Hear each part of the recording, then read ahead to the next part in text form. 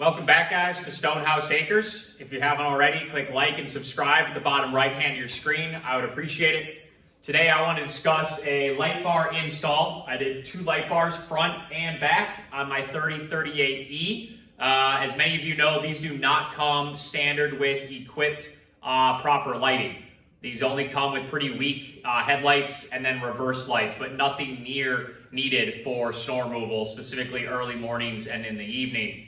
And with my rear mounted snowblower and my front push box, I wanted extra light both front and back.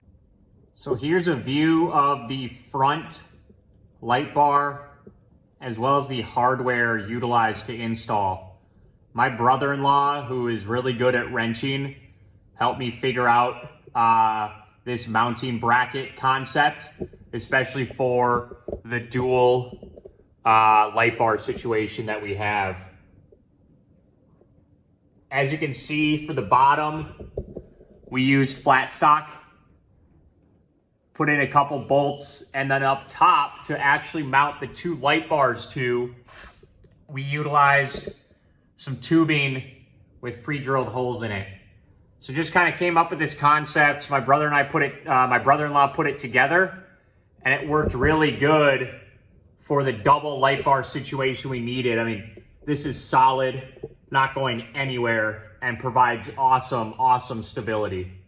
Here's a look from the back. So this is the reverse light looking over the rear mounted snowblower. So again, really good view of the hardware and how we actually mounted the lights, or the 2 light bars, to the actual roll bar.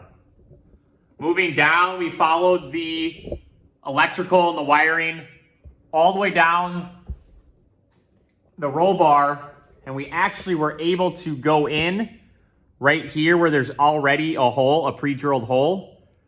Once we got into the roll bar tubing itself, followed it all the way down the tubing, and as you can see, it comes out here. So we wrapped the wires, and they come out down here, and that's under the seat. So we put the seat down, everything's covered. You can see it right here. Followed the tubing under everything in the entire body. Once we got it from under the chair or the seat, under the tractor, it meets up right here. We secured it to the actual body with clips of the tractor. Throughout the install, we did have to take a few of these side panels off just to make it a lot easier. We actually ended up taking both side panels off and the front steering column off. Once that got into there, we follow it into the actual compartment. So what we ended up doing, you can see it's clipped here. Popped this off and we drilled right here. So this was actually meant for a hole, so we popped it open. And this is where we put the rest of the electrical through and fed it all the way down to the battery and hard connected it right to the battery.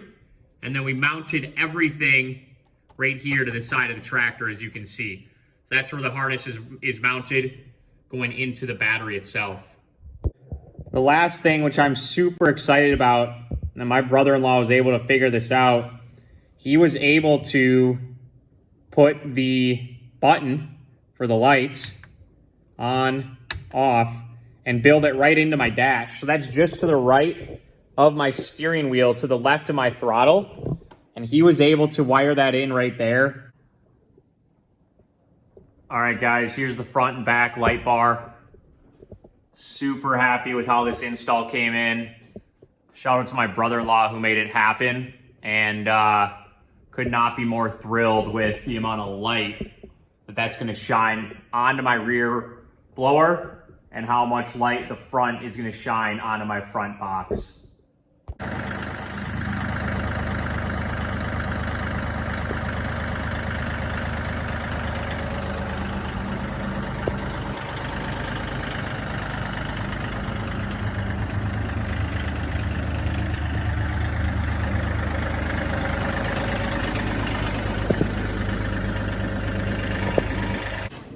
All right, guys, thanks for following along. Hope you enjoy the 2 light bars we installed. They're both $50 from Harbor Freight.